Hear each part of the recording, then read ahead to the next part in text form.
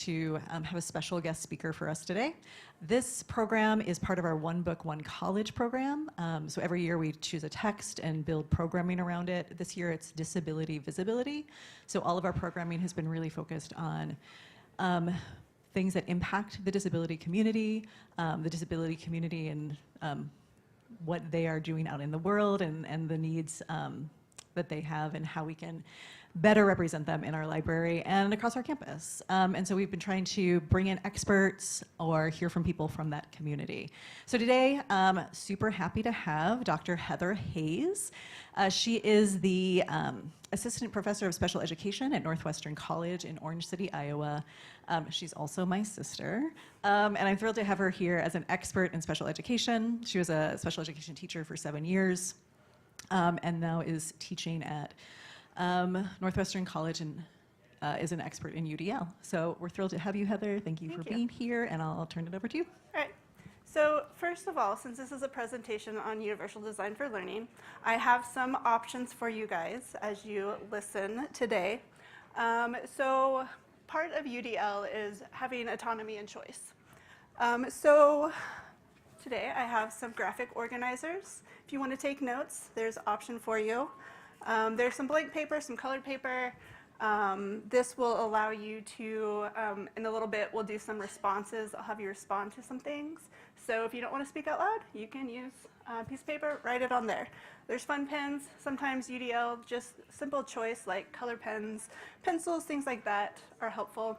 And then also fidgets. I am a strong believer in fidgets, so use fidgets as you need them. I am a hand talker, fidgeter, so I have my paper clip up here as a fidget. So please get what you need to,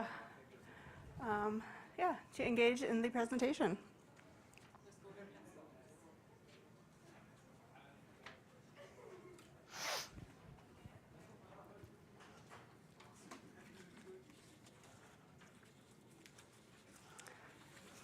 All right. So, as she said, I was a special education teacher. I taught middle and high school students with significant disabilities. For the most part, I taught in classrooms, self-contained classrooms, where students spent the majority of the day with me. So you can tell this probably isn't the most inclusive environment for students to be in. A lot of it has to do with the availability, the teachers who, there was some resistance of students going into classrooms. And so really what once I got to my doctoral program, one of the things I really focused on was inclusive education. We know that students can learn, they will learn, and it is up to us to make sure we have those environments for them to learn.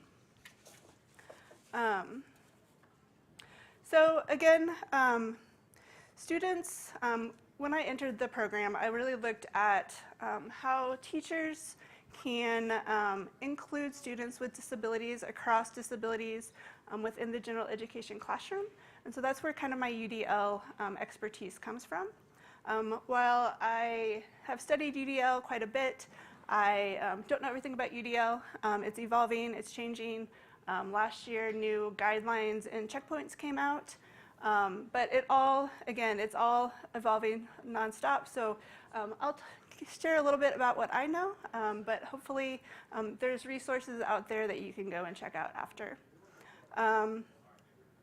So also, I tend to talk fast, so let me know if I need to slow down.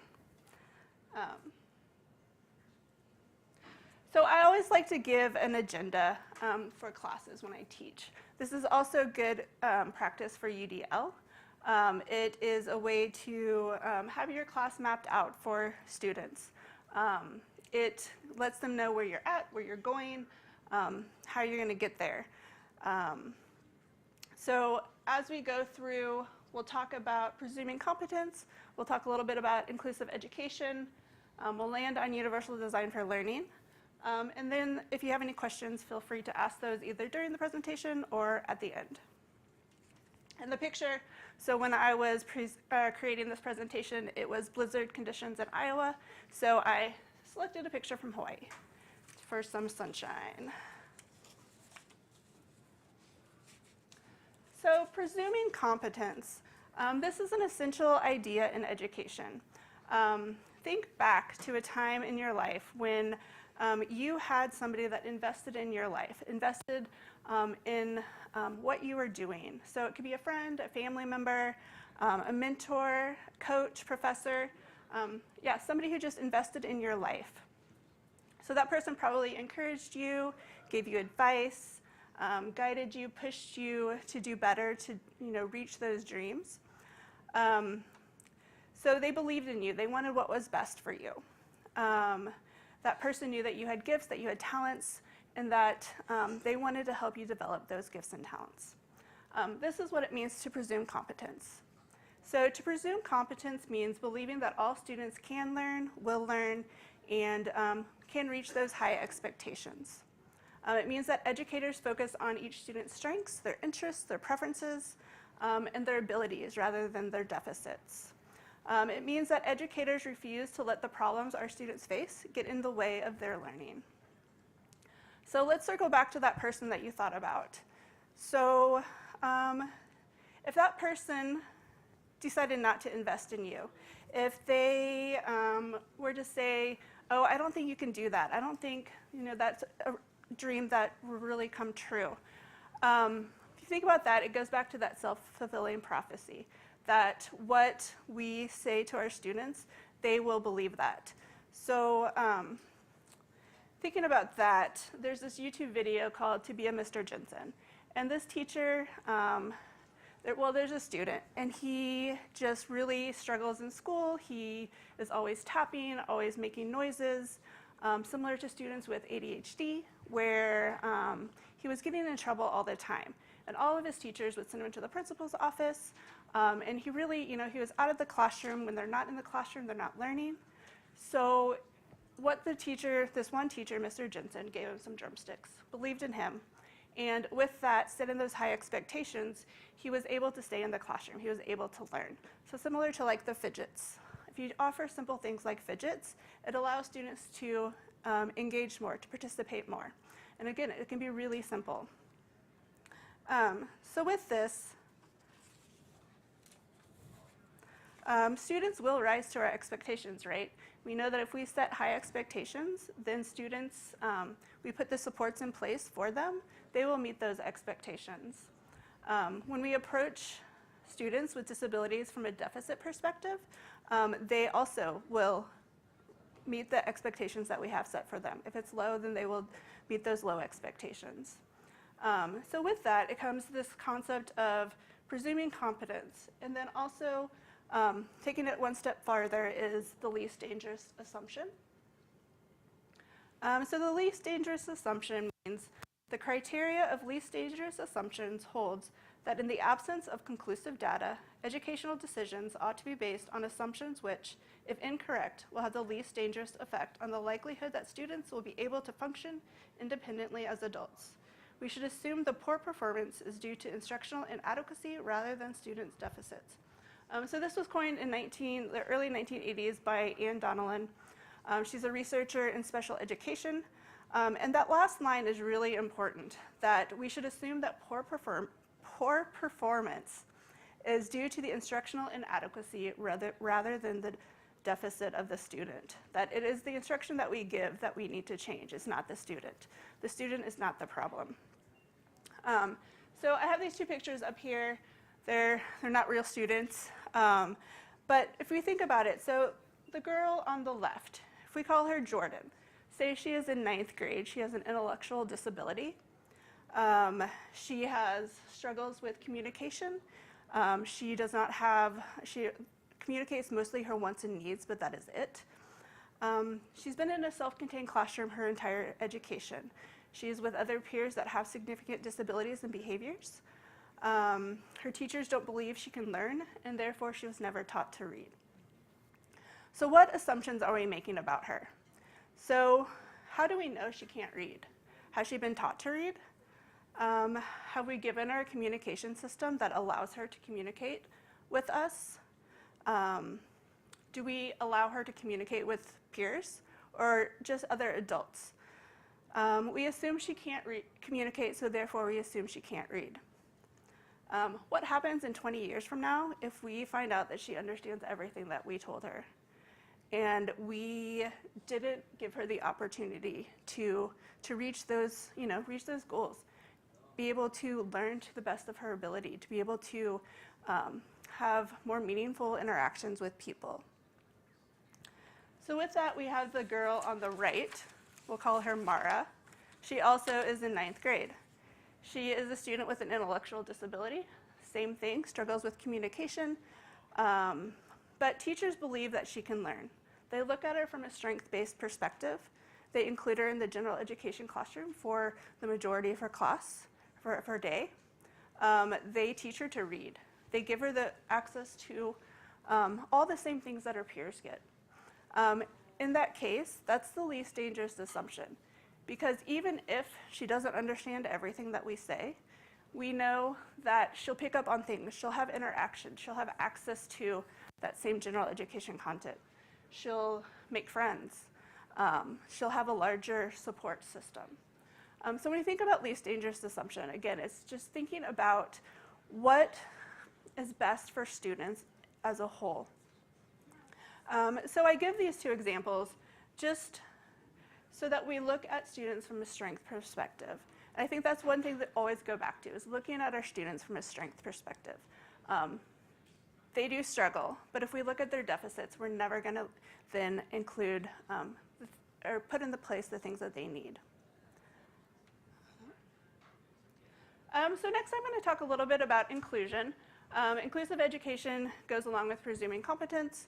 And I want you to, the person next to you, just for a few minutes, about a minute, 30 seconds, come up with some ideas of what inclusion means to you. Like a couple words, sentences, whatever that is.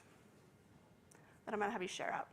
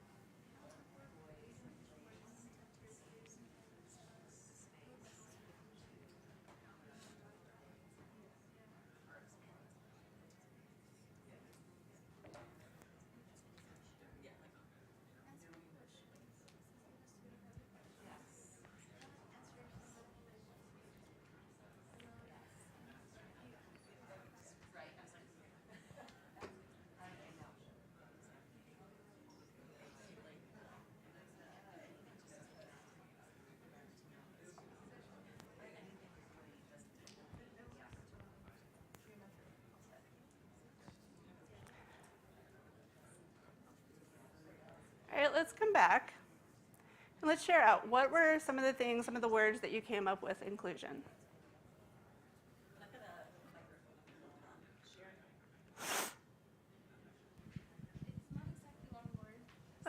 Yeah, sentences, Yeah. whatever you want. So we said that inclusion was like, if a student has a question, like that question being answered no matter how relevant it seems. Yeah. Or like if, students are doing individual work, just being able to talk to their peers and like, if they face an issue, just discussing that issue with their peers also is inclusion. Yeah, that's great. And yeah.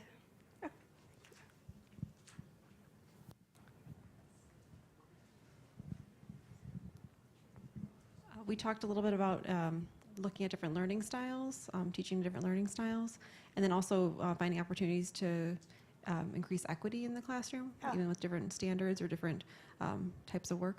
Yeah, definitely good. You good? We talked about a couple of different things.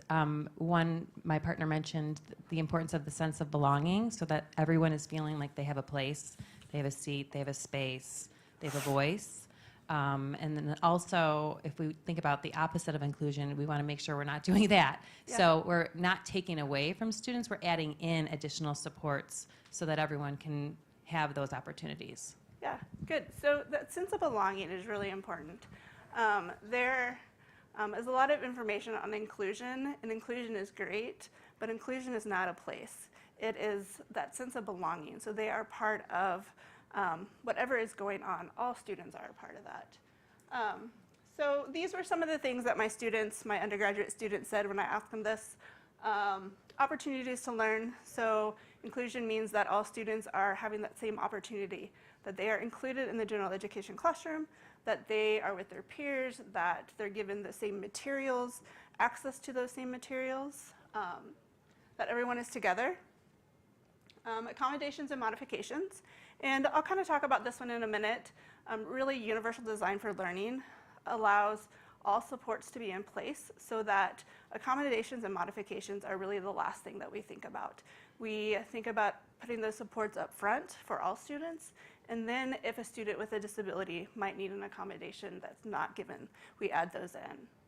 And then universal design for learning, I think my students just know that I like UDL, and they decided that would be a good thing to say. So some other things, my graduate students, so they're in the field right now, they're teachers. Some of the things they said were academic excellence and positive educational experiences. It fosters empathy and acceptance, provides opportunities for communication skills. It's beyond physical placement. Again, it's that sense of belonging. And intentional strategies, flexibility, and teaching practices. So students with disabilities should be in the general education setting. They should be part of the class. They should be participating in those same activities.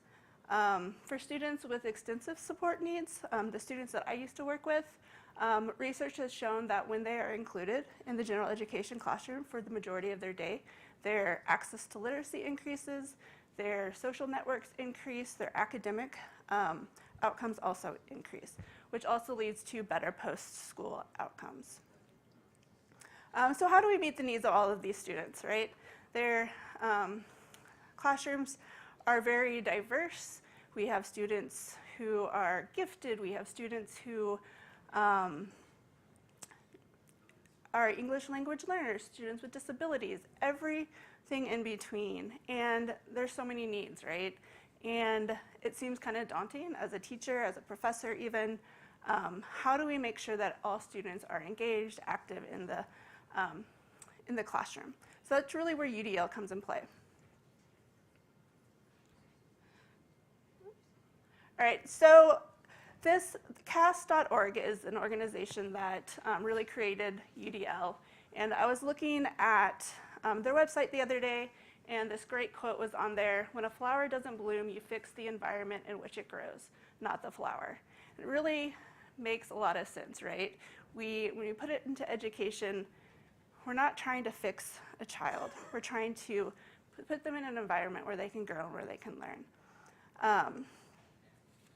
And so I put these students on here.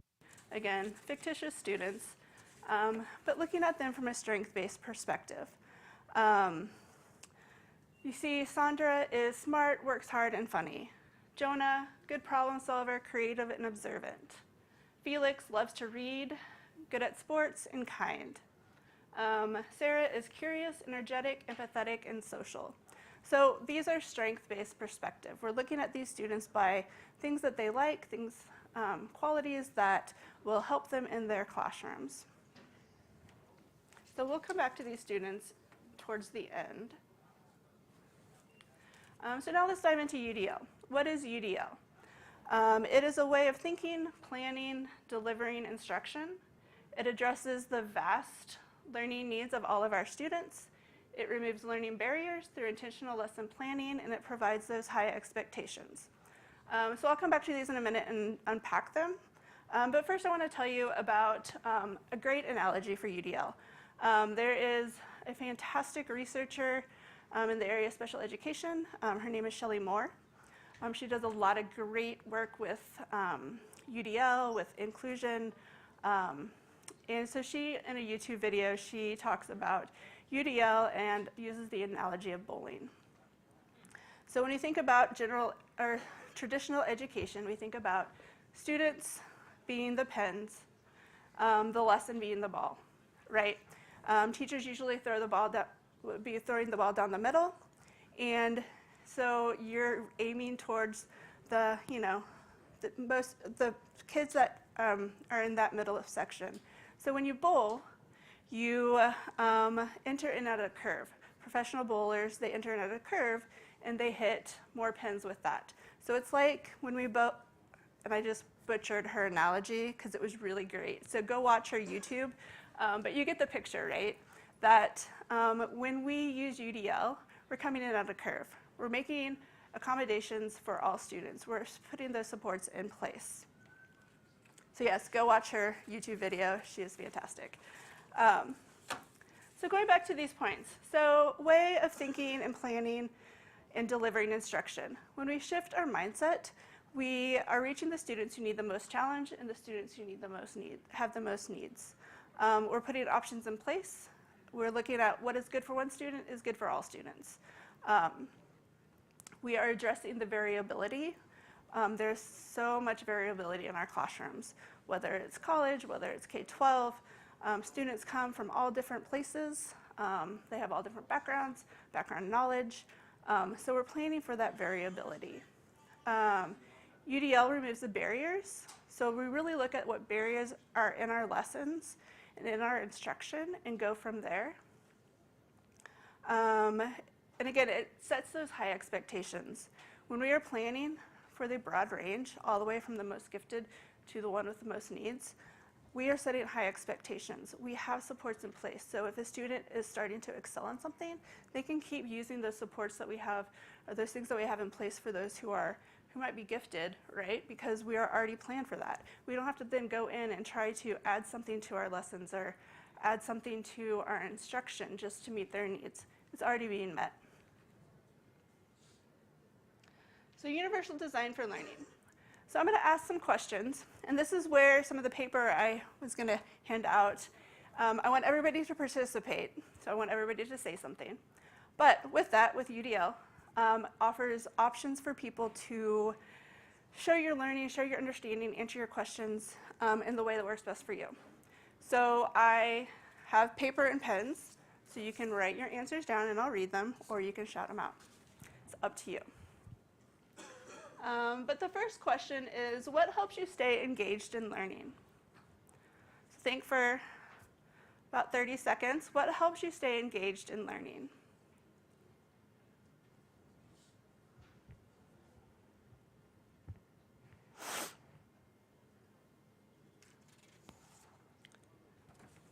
All right, so how I stay engaged in learning is hands-on activities. I like to be moving, I like to be doing. When I'm doing those things, I'm engaged. So let's just go around. What helps you stay engaged in learning? I think complicate, like things that I have to like think through and process. Good. For me, it's like being immersed in the lesson. So instead of like just sitting there and like kind of like being talked at, like just being immersed in what the subject actually is. Yeah, Visuals that kind of like explain what's going on. yeah, good. Probably the opportunity to hear about how to do something and then have the chance to do it right away. Yeah, Examples or practice problems or ways to work through that from the instructor? So similarly, I was thinking visuals that I can see, and then conversation and communication about it. yeah. So we all have different ways that we like to engage. If we had a room of 20 of us, we would all have very different ways. Some might be similar, but there's going to be differences, right? So the next question is, how do you like to take in information? So think about that for 30 seconds.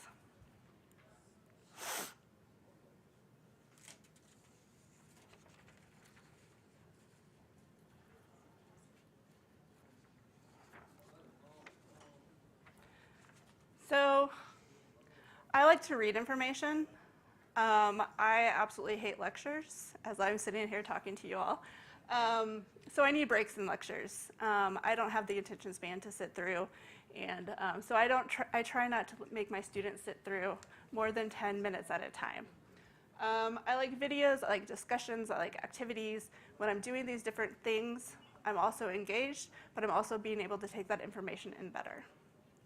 So what are some ways that you like to take in information? I am also a reader and like to have conversations about the things that I read. For me, it's like, yes, reading, but like as I'm reading, making up questions of what this like material is and like making connections. You know what I mean? Yeah. I think being able to take in the information multiple times, so like being there for lecture, but then having access to like the video or like the PowerPoint like Yeah. later on. I dislike video. I prefer to read something and be able to skip to parts that I'm interested in rather than in a video format. I prefer listening, but then also creating an outline to go with that. Yeah. I can't take in information in one way. This I know. Yeah. So I like to, and it might depend on what we're taking in. So that's something to consider too. It's not always going to be the same depending on this topic, if it's more interesting or not. But I like visuals. I like seeing an example or hearing the examples or the way it's gone before, and having time to process out loud with others. Yeah, so again, you see the variability. We all take in information different ways. So the last one here is, how do you show that you've learned something? So think about classes you've taken, or how do you show somebody that you've learned the material?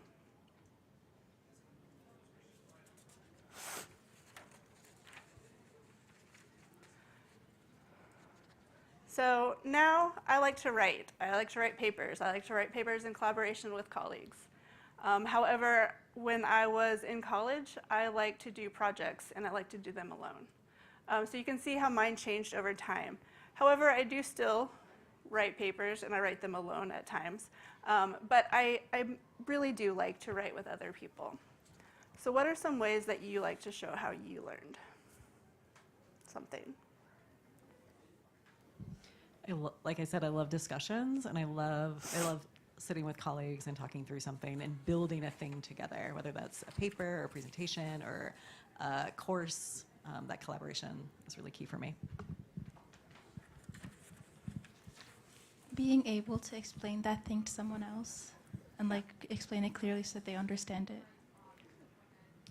I was gonna say the same thing, but like even being able to just like explain it to like myself, kind of like, oh, if nobody's around, I can just like explain it to like an inanimate object, to be like, okay, like if this was a person, what would I say to explain it? Yeah, I like that. Putting the thing that I have learned into practice, actually doing it. Doing it. Synthesizing and writing, and then time to like process that in with evidence. Yeah. So I don't love writing. So for me, something that would be shorter, like tests, like if it's, I can answer a question confidently. Even if it's a short answer question, I can do that. But long things take more of my energy than Yeah. other things. And that's it. Like, I absolutely dislike tests, right? I get test anxiety, and a lot of our students do. And a lot of students are great at papers or presentations. So we're thinking about the variability in all of our students and all the people that we work with. So at the beginning of every semester, I survey my students. And this is one thing that I feel is very important, and it's great at K through 12, post-secondary, to really see how our students take in information, how they stay engaged. Do they like to work in groups? Do they like to write papers? Do they, how do they show that they learned the material? If it's a test, is it multiple choice? Is it essay? While we can't always give, a test, we can't always do a writing activity, we learn what our students are good at and how they learn and how they show that they learn, and we try to give them as many options as we can. And that's what, again, UDL is really giving options to our students. So now we're going to dive into kind of a little bit deeper into each of the areas of UDL. The goal of UDL, and this is from CAST, it says that the goal of UDL is to support learner agency, the capacity to actively participate in making choices in service of learning goals. So we have a goal we want our students to achieve, and we need to give them choices to meet those goals. So we do that in 3 different ways, really through this multiple means of engagement, multiple means of representation, and multiple means of action and expression. So I'm going to unpack each of these.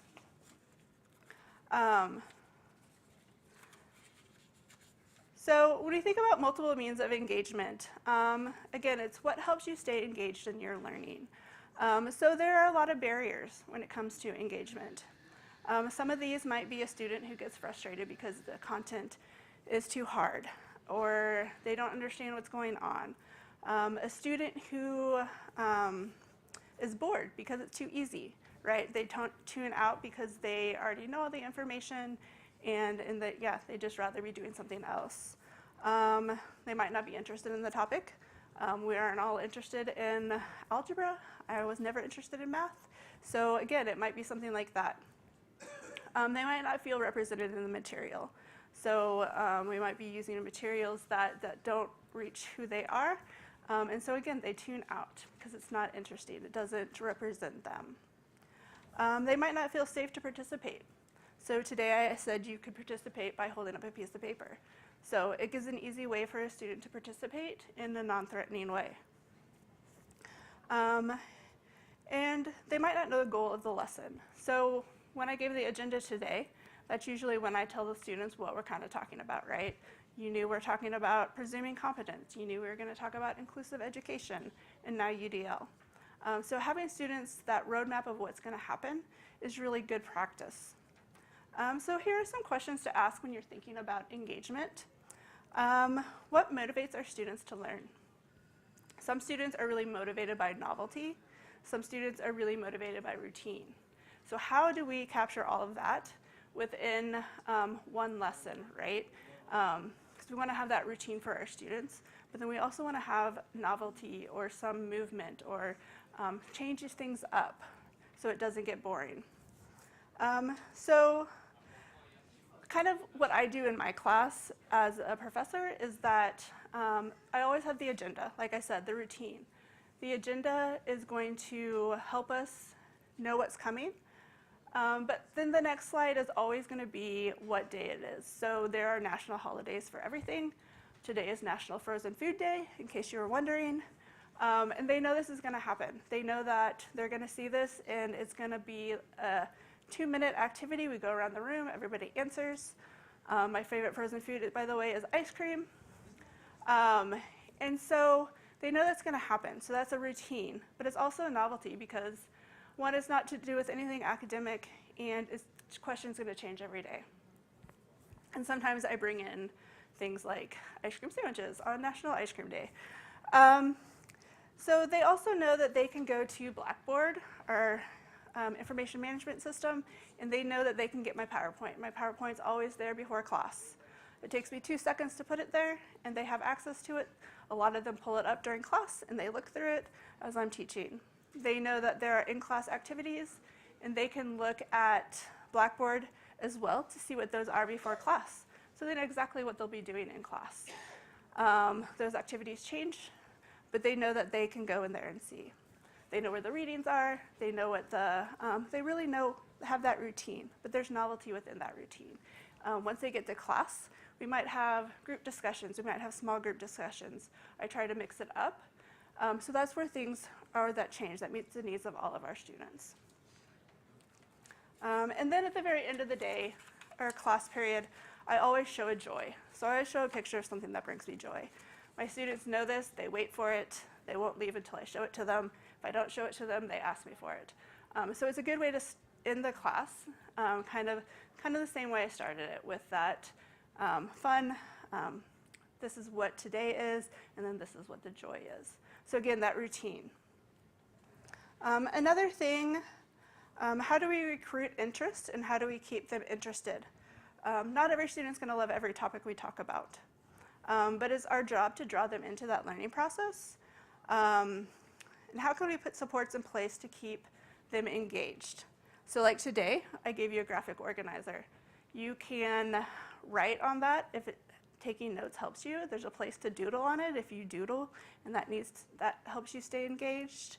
You might provide fidgets like I did today. Again, that helps you stay engaged, especially students with who have ADHD or maybe autism, or just really all students I found really struggle with sitting still these days. So having those things to help them. even giving students a choice of how to read text. So we know that some students struggle to read, and when they struggle, they're less likely to be engaged. They might be doing something else. If we ask them to read in class, they might do something else because they can't. So do we give them options like audiobooks? Do we let them read with a partner? So again, sometimes it's really simple things that we don't think about that really help all students. So I mentioned CAST, and they came out with these new guidelines. One of the new checkpoints is for engagement is nurture joy and play. And I really love this one because I think sometimes in education, when we're teaching, we're so focused on getting that learning objective done that we sometimes miss those opportunities to nurture joy, to really have fun. And learning should be fun, regardless of what grade level you're teaching. So that's just something to think about. So the next one is multiple means of representation. So this goes back to the question of how do you like information presented to you? So traditionally, teaching used to be lectures and reading. There's a lot of barriers when we think about lectures and thinking about reading text. Really barriers to lectures, students who struggle with auditory processing, students who are hearing impaired. A student might have a hard time sitting still and focusing. Lectures do not always account for students' first language that are not English. And when we think about information reading, students might not be able to read text. They might have a learning disability. They might have a visual impairment. So if we're giving information to our students in lecture and print only, then all of our students might not be able to access that. So therefore, we need to offer options as well. Again, it's all about offering options. So today we have a PowerPoint. The PowerPoint slides are each a little bit different. I try to use graphics. When I teach, I usually offer different multimedias. I do videos, short video clips, some audio, just charts, pictures, graphs, things in there that draw attention to the important concepts. Students don't always know how to, like if they're taking notes, they don't know where to go, like, what's important. So you teach them early on. If something's highlighted in the presentation, that's something that you really need to hone in on. All of these, like again, highlighting something is really simple, but it can be really meaningful for a student who might struggle with that note-taking or might struggle with retaining the information or knowing what's important.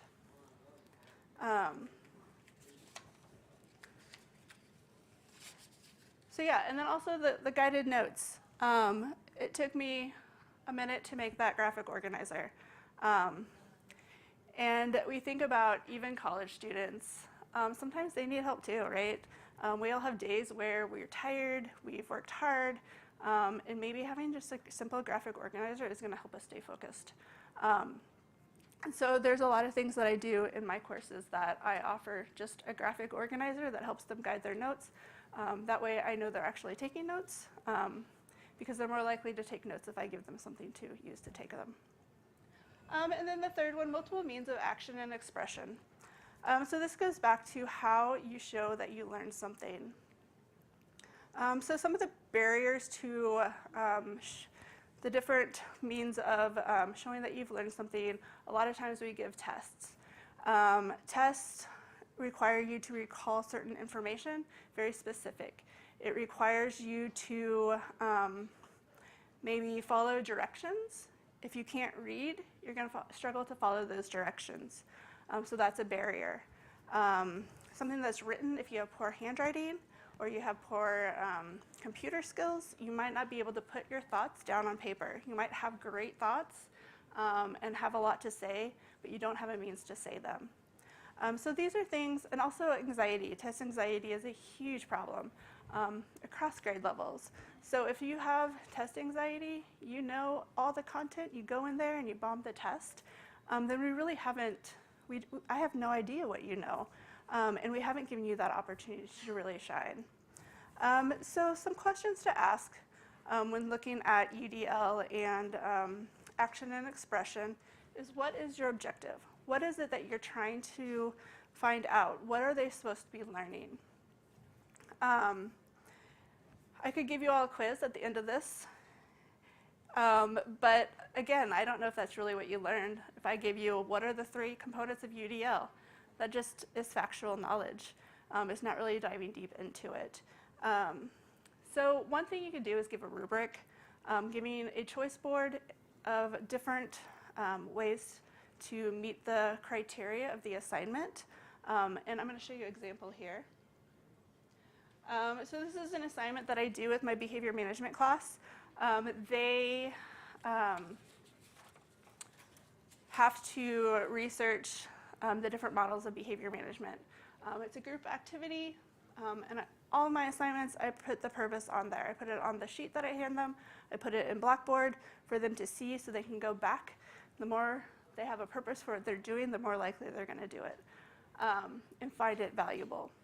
So I underlined some words for them to kind of key in on. They're going to be researching, they're going to be collaborating, and they're going to gain a greater understanding of these models.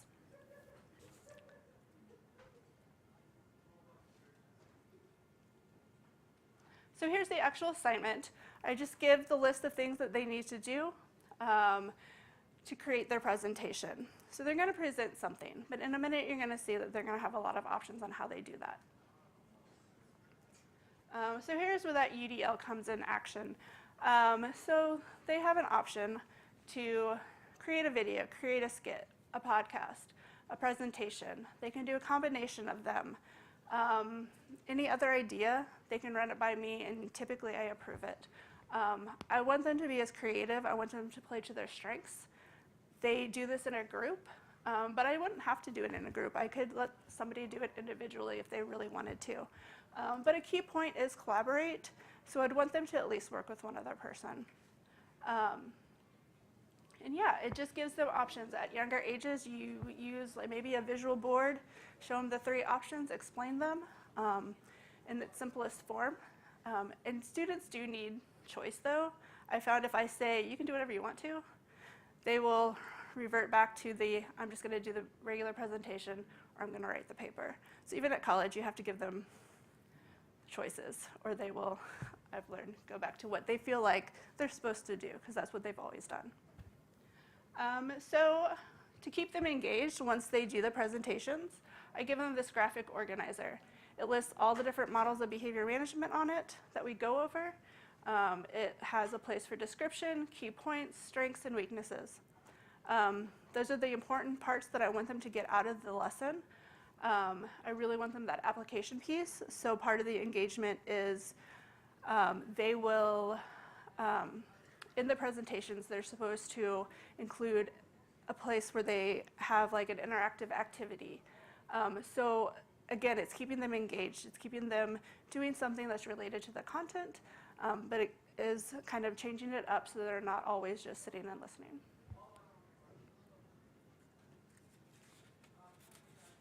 All right, so I come back to these students. Before we knew their strengths, right? We see their strengths here. Now if we look at them, we say Sandra has autism. Jonah is a student with dyslexia. Felix is a student with an intellectual disability and communication needs. And Sarah is a student with ADHD and gifted. So thinking about these students, we can play to their strengths, right? If we look at their strengths from the beginning, then these labels really don't tell us anything. They might have supports on an IEP. They might have accommodations and modifications. But really, if we're putting all these supports with the UDL, the last thing we go to is that IEP and those accommodations. If they're in the general education classroom, again, they're getting supports that all students are getting. We're reaching all students if we are using UDL. So with that, questions?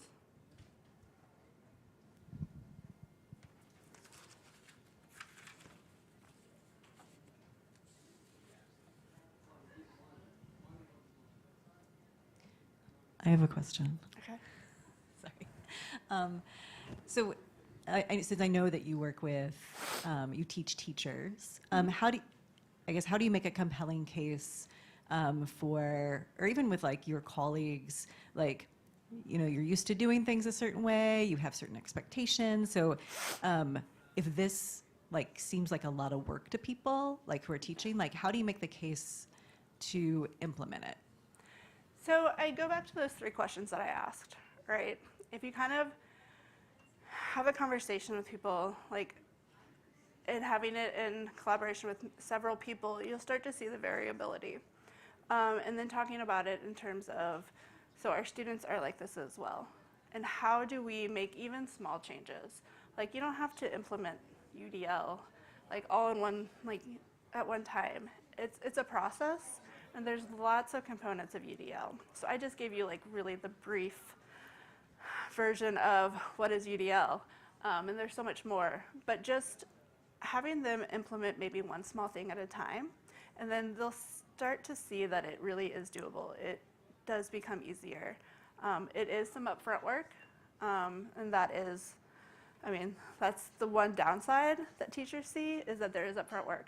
But the upfront work is really, once you start doing the small things, it becomes natural in your practice.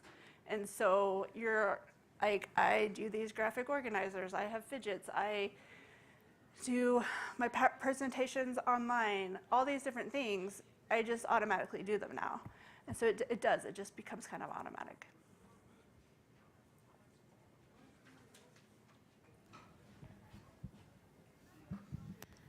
As you probably know, in the library, we do a lot of one-time sessions with students, right? Yeah. So I think about like how you provided materials today was very helpful. It gives us an idea of what's available.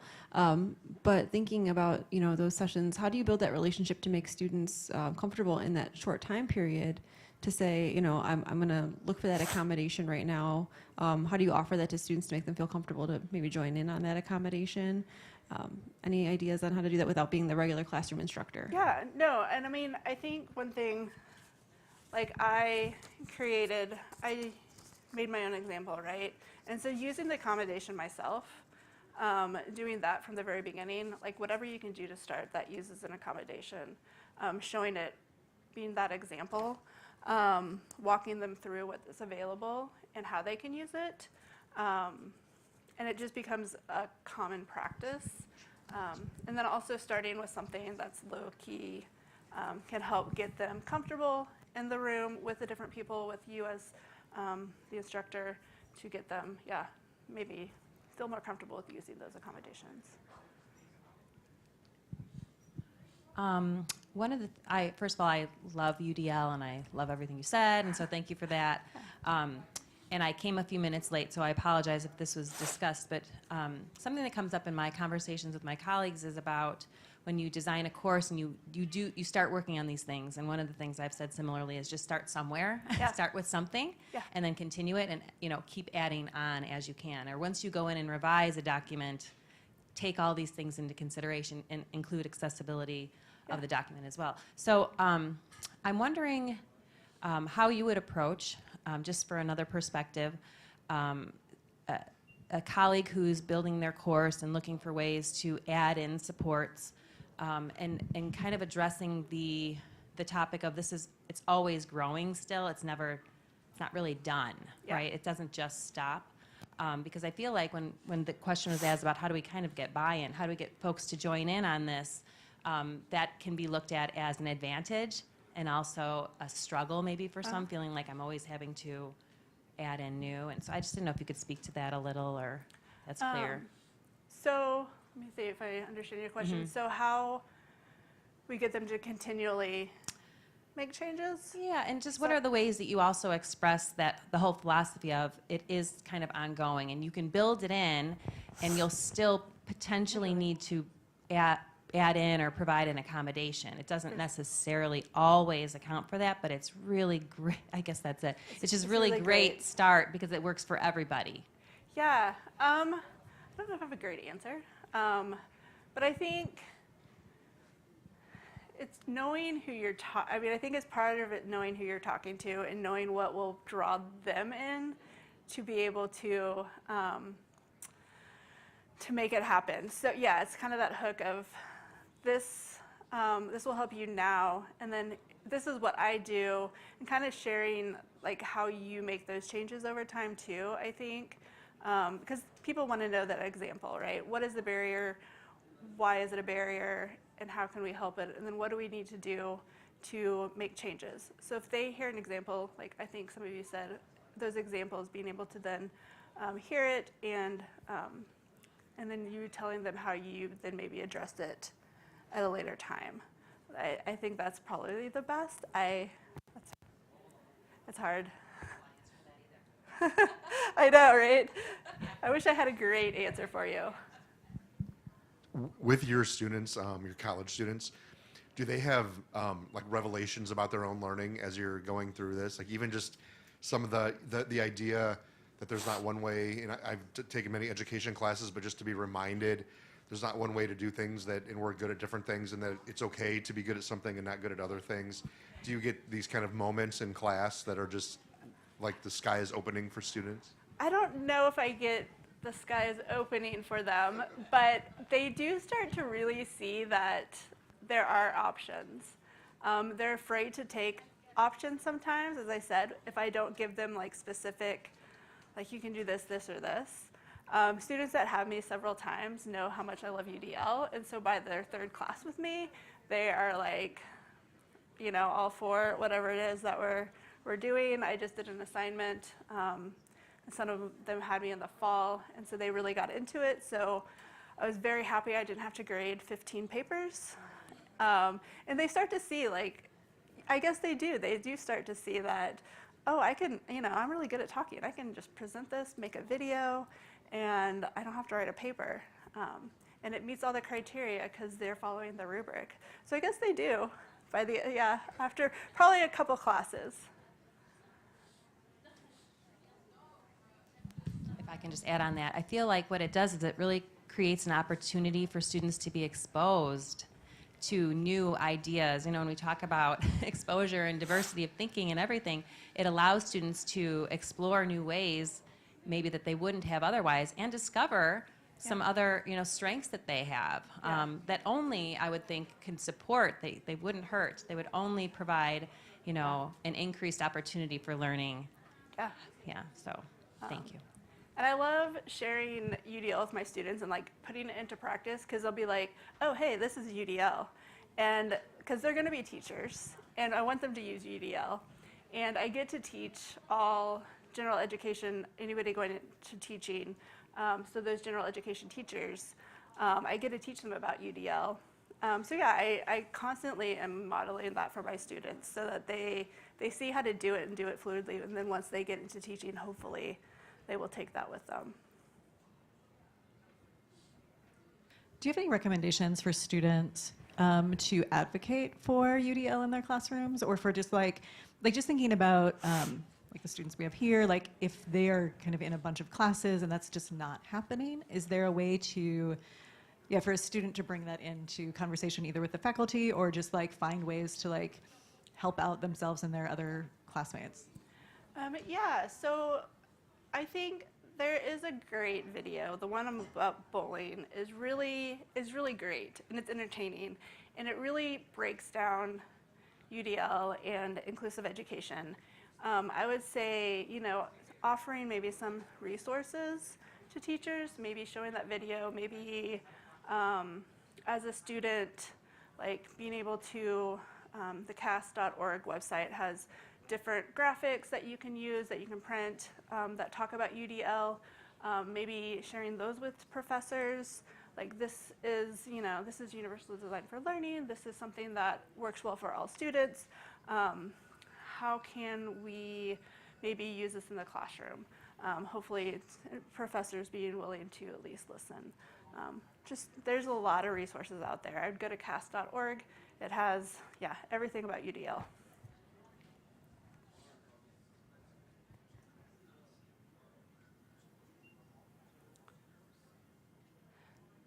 So my last slide is a joy slide. So again, in my presentations or my classes with a joy, again, I was going back to warmer weather. It's not a recent joy, but kayaking and llama. You know, what's more joyful than those? Maybe goats. So yeah, I thought I'd end with a joy. Thank you so much. Thank you.